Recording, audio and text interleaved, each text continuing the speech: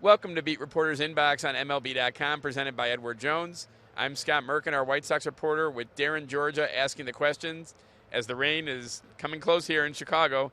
So let's get going, Darren. What's the first question we got? Does David Robertson look tradable, and what can they receive from or for him?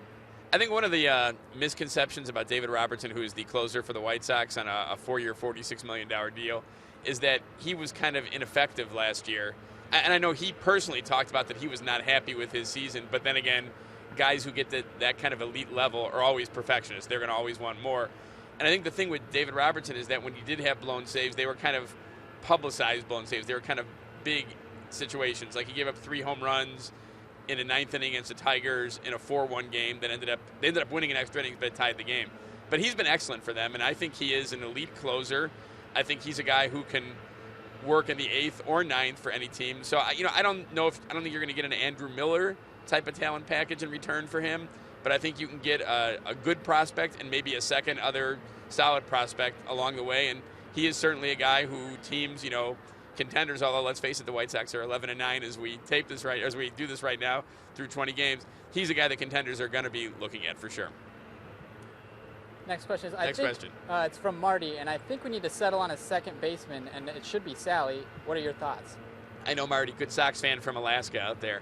Sally, of course, is Tyler Saladino, and one of my coworkers, Scott Greger from the Daily Herald, had a great tweet today where it just said Tyler Saladino, ... baseball player. And that's pretty much what the best thing that Tyler brings to the field every day. He's just a consummate pro. He does everything well. Is he going to hit 25 home runs? Probably not. Is he going to drive in 80 runs? No, but he can give you good defense at a number of different positions. He'll play third. He'll play second. He'll play short. He can play first. Actually, there's a chance he caught some in spring training. If he pitched, he could play all 9 positions in a game. He is the starting second baseman, but he also has a great versatility that even when Yoan Moncada arrives with the White Sox, the number one prospect according to MLBpipeline.com, when he arrives here, there's going to be plenty of playing time for Saladino because second base is targeted for Yoan Moncada right now, but Saladino has great value. All right, next question. And then I'll transition to a question from Nick that says, when is Moncada getting called up?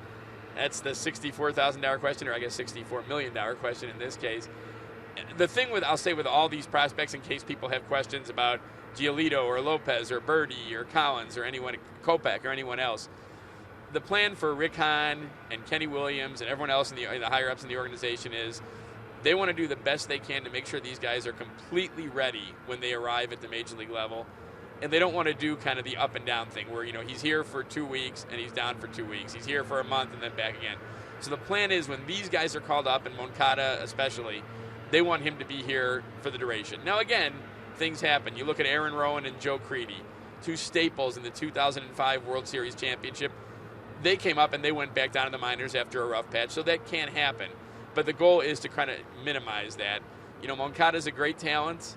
I've talked to Chris Getz a little bit yesterday, and his defense is really improving, and just an amazing athlete. Really could be a football player as much as he could be a baseball player with his physical conditioning. But I can't give you an exact time. I still think we're going to see him at some point this year, but it's going to be when he's ready to go and when he's ready to stay and make a consistent contribution. Next question is from Jay. When will the Sox sign Luis Robert, and how many MVPs will he win? Well, I can't give an answer to either one. First of all, people I've talked to said Luis Robert, who of course is the free agent who is just cleared to sign, and I think according to Jesse Sanchez, our great reporter in the international area, I think it's May 20th is the soonest he can sign. Now, I do know I reported this yesterday that the White Sox, Rick Hahn and Kenny Williams, are on their way to the Dominican for a workout for the White Sox by Luis Robert. He is the young, Cuban, 19 years old, described as another 5-tool talent. But let's keep this in mind. 2 things. Number one, if they do sign him, if they do have the best offer and he comes to the White Sox, you're probably looking 2020, maybe the end of 2019 before he's ready for the big leagues. He hasn't played in a little bit, and he's going to start, if they sign him, big if, Class A somewhere, either Kannapolis or Winston-Salem. He's a great talent from everyone I've talked to, amazing ability across the board. But the second point to remember is, the Sox are going to go hard after him. They sound like they're really interested, but there are other teams who are interested too. St. Louis, Houston, San Diego, Oakland, a number of mentioned by Jesse Sanchez, and teams that I've heard about too. So it's, it sounds like I think he's important. I wrote this the other day that he's important to White Sox fans because they understand that the rebuild is at an early stage. They understand that as it goes further, you're going to have to spend a little money, whether it's free agents or trades or whatever. And I think this is kind of a sign that if they can spend and get him, and ultimately it may come down to the best offer for Robert, this shows that not seriousness, but they're committed to really going after the elite talent. So it'll be interesting to see how this plays out over the next few weeks, month, or months. The next question is from Tom. Will the White Sox add pitching or hitting throughout the year? Well, it's funny because I think everyone assumes complete subtraction for the White Sox because they are rebuilding. There's no question about it. But, I thought I've argued with a lot of really good White Sox fans, really knowledgeable Sox fans coming out of spring training when they were telling me 65, 66, 68 wins. And, that still may end up that way. Who knows? But I thought this team was better than the pure rebuild. Let's just use an example, the north side, where you saw them, really kind of not go in the tank. Well, they were bad. They were bad for a couple of years. They were a 100-loss team. And I just didn't see that across this board. There's too many accomplished veterans, too many talented young players, and now you have a guy like Avisail Garcia coming on. You have a guy like Matt Davidson coming on. Again, through 20 games, a long way to go. But you see some, cohesiveness. You see almost a little swagger in the clubhouse.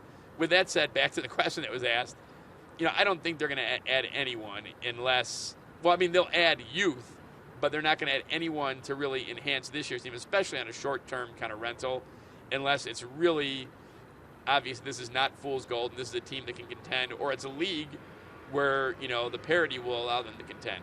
Now, in terms of what are they going to add in terms of pitching or hitting when they make trades, which are assumed to be coming at some point during the year, I would say whoever is the best player they can get in that package. Now, obviously, they have a lot of pitching.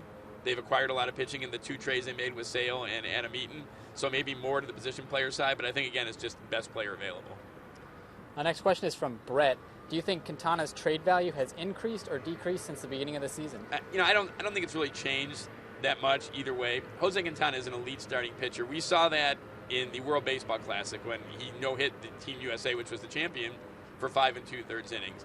He's got nearly flawless mechanics. He can hit all quadrants of the zone with relative ease, and a great clubhouse guy. One of them, not that other guys aren't great clubhouse guys that have been traded or are still here, but just there's something about him that seems to just engender people just love this kid from the first time they meet him. So I know he started off slow. He's 0-4, and his ERA was above 6 coming into today's victory, where he pitched great and struck out 10 against the Royals. But really, if you boil it down, he had 2 bad innings. He had a 5-run inning against the Tigers and a 5-run inning against the Twins. Now, you don't get mulligans in baseball. You can't take those out of the equation. But he's still, one of the best pitchers in the game, and that's available out there. And I will say this, one more thought on this, is that, Rick Hahn has said a number of times, all 30 teams could benefit from having Jose Quintana. The person, the pitcher, the control, and the contract they have. So the White Sox aren't forced to move him right now, but he still should be the guy with the biggest return that they have in the roster. From JD, do the White Sox have a chance to make the playoffs this year?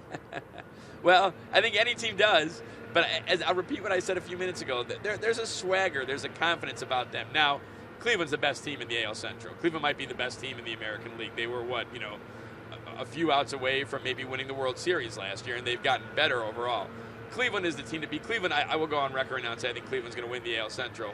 The Sox can be competitive, though. Again, it's 20 games. We're not even through April yet, but I don't see a lot of teams. I haven't seen a lot of teams yet, but I don't see a ton of teams that look demonstrably better than them. So, I think if this bullpen should be good. The starting rotation is not going to have a rotation full of guys with below 2 ERAs, but they have quality guys. So I guess it just depends on how quickly, if Rick Hahn does, make these moves towards the rebuild. So anyone's got a chance. This team would have to really be this consistent over the 20 games, carried out over 162 to be in there. From Robert and Joe, how much longer can the Sox go without Cody Ash and Jacob May? Do you think Matt Davidson will see more playing time in the coming weeks? Well, Cody Ashe and Jacob May have started off slowly. Jacob May, which was a great moment on Saturday when they got beat by the Indians, he got his first hit. He pinched it for Melky Cabrera, got a single to center. I think now with Jose Abreu tweaking his groin today, going for a ground ball at first base, these guys are still going to be in there in the mix. It's not even April yet. I get it. They started off slow. They haven't looked good at the plate. But Rick Renteria likes to get everyone involved, and he's going to mix and match in there. And I think they're still going to play. One thing about Jacob May is really at this point, healthy options behind him, there aren't that many. I know they've tried Willie Garcia in center field defensively a little bit. I don't think they view him as an everyday defensive center fielder. He can hit, there's no question about it. So I think Leury Garcia's got the hot hand without a doubt, and it's good for him. He's getting the chance to play and showing the potential that he's had talked about since he started with the Rangers. But I think May will still get his playing time. So, it's give him a little bit. It's a bad start, but it is just a start, just 20 games, so 162. Next question is from Pat. Robertson to the Pats for Robles? Well, Robles is one of the top prospects in the Nationals. I'm not sure Robertson will get that. As a matter of fact, I would doubt he'll get that because of the fact that the Sox got so much in that Adam Eaton trade with Dunning, who's just lighting it up right now for Kannapolis, Giolito, and Lopez, who both could be part of this Sox starting rotation someday. It's great. It's a great speculation game. I see, again, some of these knowledgeable Sox fans that I talk with almost daily putting together different trade proposals that they would like to see done. And it's all interesting, and I don't know how much is going to end up being steeped in reality. I think Robles might be a little high in terms of acquiring for Robertson. Perfect. And so for the last question we have from Twitter, if the 2017 White Sox were an Eagles song, which one would it be?